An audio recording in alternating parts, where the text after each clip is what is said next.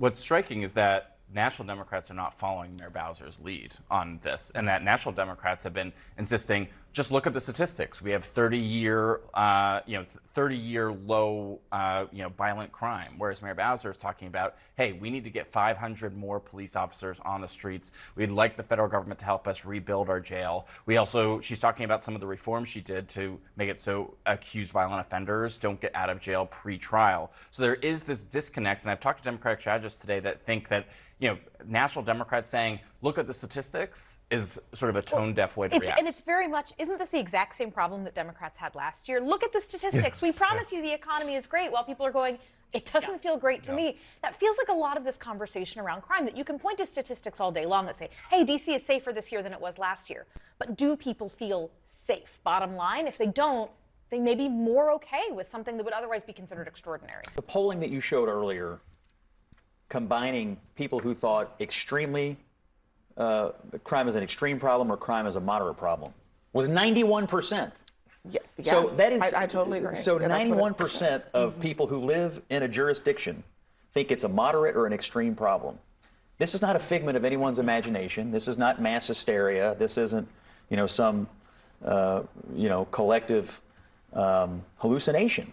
It's real. People who live there know they aren't safe. It should be studied how tone deaf Democrats and progressives, leftists, liberals sometimes come across, right?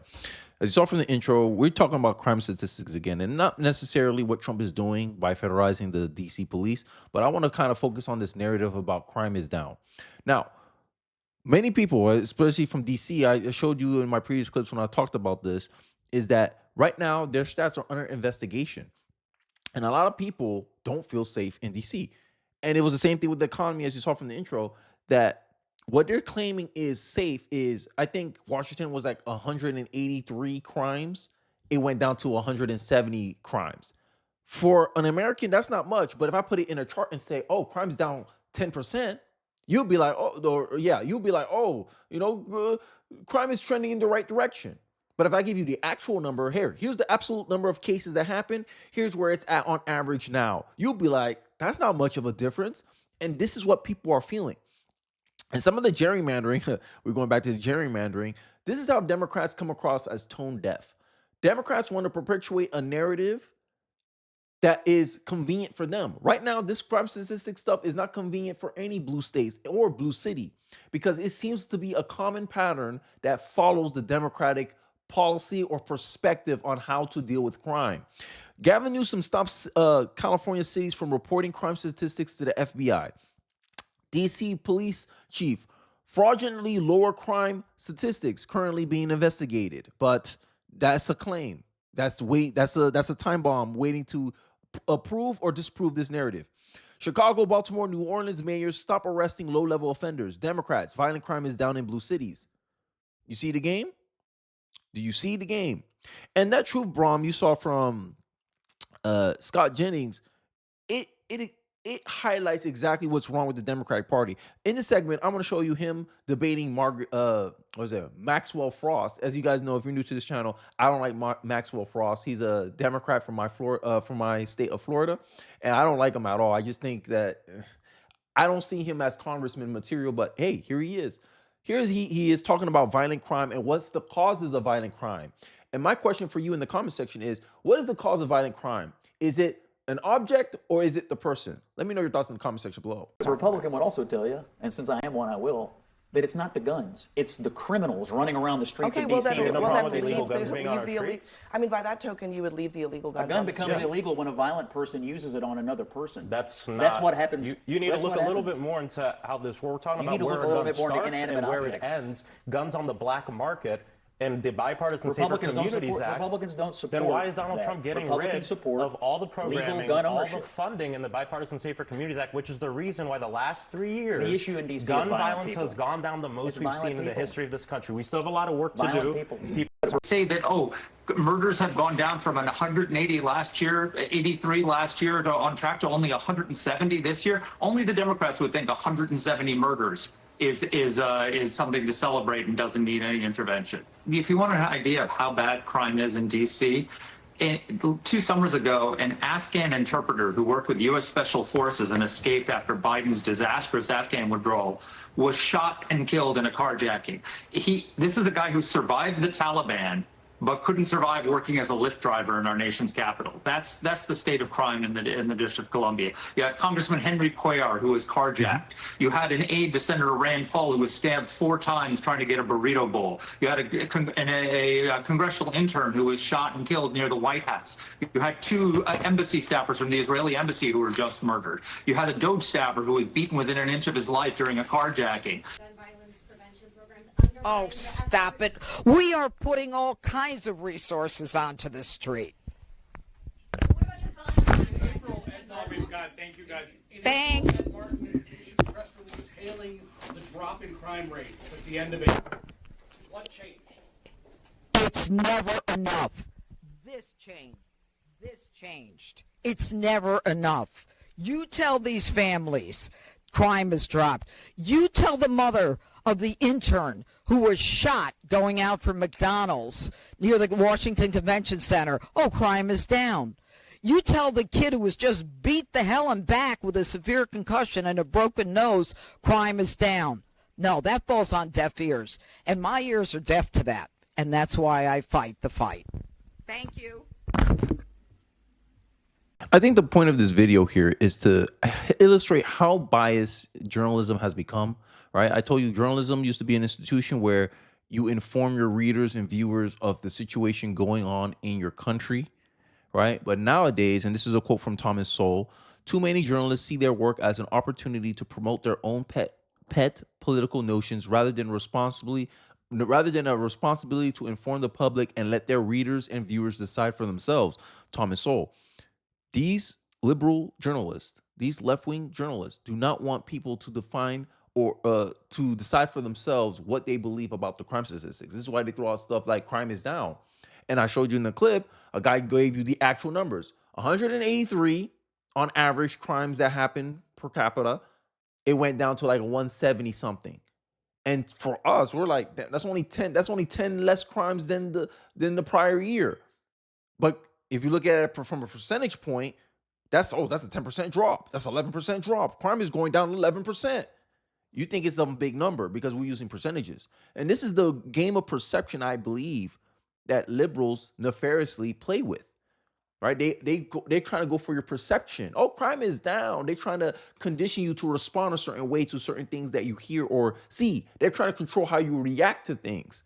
And this is why they put all this framing behind all their conclusions. Instead of offering clarity, is what we used to expect from journalists, right? They try to give you a narrative. I think it's really important to be clear about what is going on here.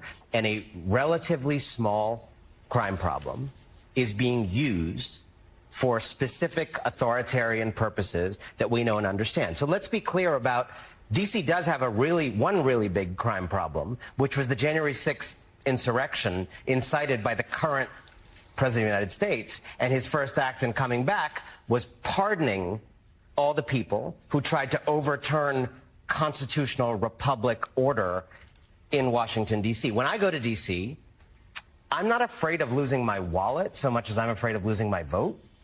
I'm not afraid of losing my wallet so much as I'm afraid that my children's freedom to breathe will be stolen in a world where climate change policy is non-existent. I'm afraid that the future of middle-class people will be stolen by the very things you were talking about, cutting the safety net, cutting Medicaid, cutting rural hospitals. Right. So there is carjacking. And of course, but let me just finish. There is a carjacking going on. But you got to worry about two things. You got to worry about two things at the same time. And you know, you never get tired of debunking these people. But this man is living in fear of his own imagination. All the stuff he said at the end was imaginary problems. Oh, I'm scared my kid won't be able to vote. You ain't scared your kid can get killed. You ain't scared your kid can get robbed, beaten, hurt. Right? They're not counting juvenile violence that's being perpetrated. And that's the teen problem that they're talking about in D.C. But, you know, this guy, I'm scared about my rights. That Donald Trump has shown no appetite of going after. But look, these are the fake problems they're complaining about. Oh, January 6th. How long ago January 6th happened? 5 years ago, 4 years ago, and you're still talking about it? 4 years. The people went in jail for 4 years. And Trump was like, I think they suffered enough for, 4 years is good enough. No police died at their hands, by the way, right? But they make all these narratives like, you make us rehash all this stuff all over again. Ma'am, it is a long past time to be honest with the American people. On January 3rd, I requested National Guard assistance, but your sergeant at arms denied it.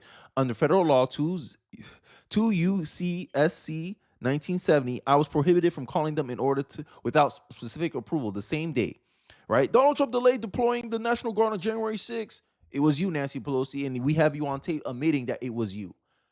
But Democrats still come across as dumb, stupid, dismissive. And this is some of my biggest criticisms about Democrats. I talked about this a lot on my channel, how dismissive many Democrats are. You have concerns about a problem, they minimize and deflect. That's their number one go-to playbook. And you saw it in 4K with the liberal, or sorry, he's not a liberal, with the progressive, with the Jimmy Neutron haircut.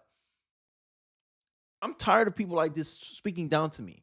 And I think this is the messaging problem that a lot of Democrats have a problem with, because with the messaging, they keep wondering to themselves, how do we lose to Trump? How we keep losing to Trump, right? Here's the pattern. Here's why you keep losing to Trump, leftists. Trump says something true. The media calls him a fascist. When it turns out the country agrees with Trump, they switch to calling it obvious. They did this with the border. They did this with NATO, and now they're doing it with crime. The elites can't seem to get nothing right. Elites like that Jimmy Neutron guy in the clip that I just shared, he hit nothing on the head. Oh, crime is small. Oh, small. Yeah, 180 to 170. Yeah, that's a small crime, huh? Talking like the number's like 50, 10, 5. But when you actually look at it, 91% of your constituents, 91% of the residents that live in Washington believe that crime is a moderate or severe problem in the district. But don't listen to them. Don't listen to the people. Listen to the progressive on MSNBC talking about how safe it is, how you shouldn't be worried about getting killed, carjacked, stolen, raped, whatever. Don't worry about that. Worry about losing political power. That's what the progressives want you to worry about. Sacrifice yourself for his vanity project, as Batia put it. And I think this segment here highlights exactly where I want to go and drive this video towards the end. Let's take a look. There's this amazing pattern where Donald Trump says something like totally obviously true, and the liberal media calls him a fascist or a Nazi, and then it turns out that, 3/4 of the country agrees with him, but they never admit it, Brian. They never say, oh, we got it wrong. They then immediately transition to saying, well, everybody knows that. So we saw it, for example, with the border, when Donald Trump said, excuse me, we can't just have millions and millions of illegals pouring into this country. They called him a fascist. Turns out the majority of the country agreed with him. But instead of saying, oh, we were wrong about that, they immediately transitioned to, well, obviously we need to. And this is something that I noticed that in my own personal life with Democrats in my life, or liberals or leftists in my life, is that they never want to admit when they're wrong. They just move on to the next thing, And then when you try to bring them back to, hey, remember what you said here? Oh, make up some excuse. And this is the problem. This is why I think the Democrats are so unpopular with the American people. Hey, how long the right-wing media sphere online have been saying that something's wrong with Biden, Biden's not mentally well, Biden's not mentally fit. And only a few of these liberal reporters acknowledge, like Jake Tapper, acknowledge that, oh yeah, right-wing media has the right on this. But the other apparatus, oh, move on. Oh, I don't understand why they keep talking about Joe Biden. Let that man live in peace. He's not president anymore. Why are you focusing on him now? Trump wasn't president either, but y'all was focusing a lot on him too. And this is the hypocrisy many people can't stand about the Democratic Party, the liberal media apparatus. And this is why a lot of them are hollowing out right now. Strong border, but Donald Trump is going too far. They did the same thing with NATO paying its fair share. They did the same thing with deporting criminals. And now the whole cycle is starting again with crime. Donald Trump shows up and says something obviously true. You should not have to worry about getting carjacked on your way to work. By the way, Brian, these kinds of crimes obviously disproportionately impact poor people, working class people, black people, Hispanic people. But let's set that aside, okay?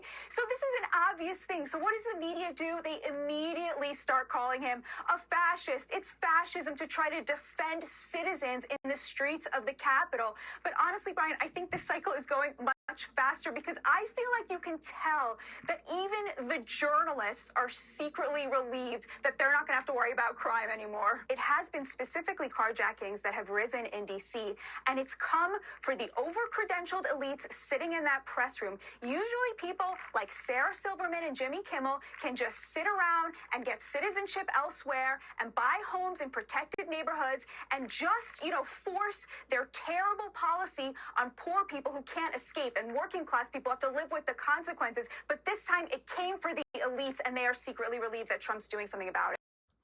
And I think that's the case. I mean, there's videos out there online of Joe Scarborough admitting that, hey, he has some colleagues that admitted to him that he's kind of happy that Donald Trump is doing something about the crime in DC, right? And I showed a clip earlier when I initially talked about Trump federalizing the DC police. I showed a clip of an ABC host admitting, say, yeah, crime is down, but I had a coworker get carjacked. Two of my coworkers got carjacked and beaten. One got beaten, one got carjacked, telling stories, right? You got clips of people who moved out of DC for crime and saying, look, this used to be my house. Look, they doing midday drive-by shootings. Wow. In DC, couple steps away from the Capitol. This is the stuff that people are dealing with. This is why the survey says 91% of DC residents say that crime is either a moderate or severe problem in the district. But Democrats are sitting here telling you crime is down from 183 something to like 176, 173. Yeah, that's a big difference.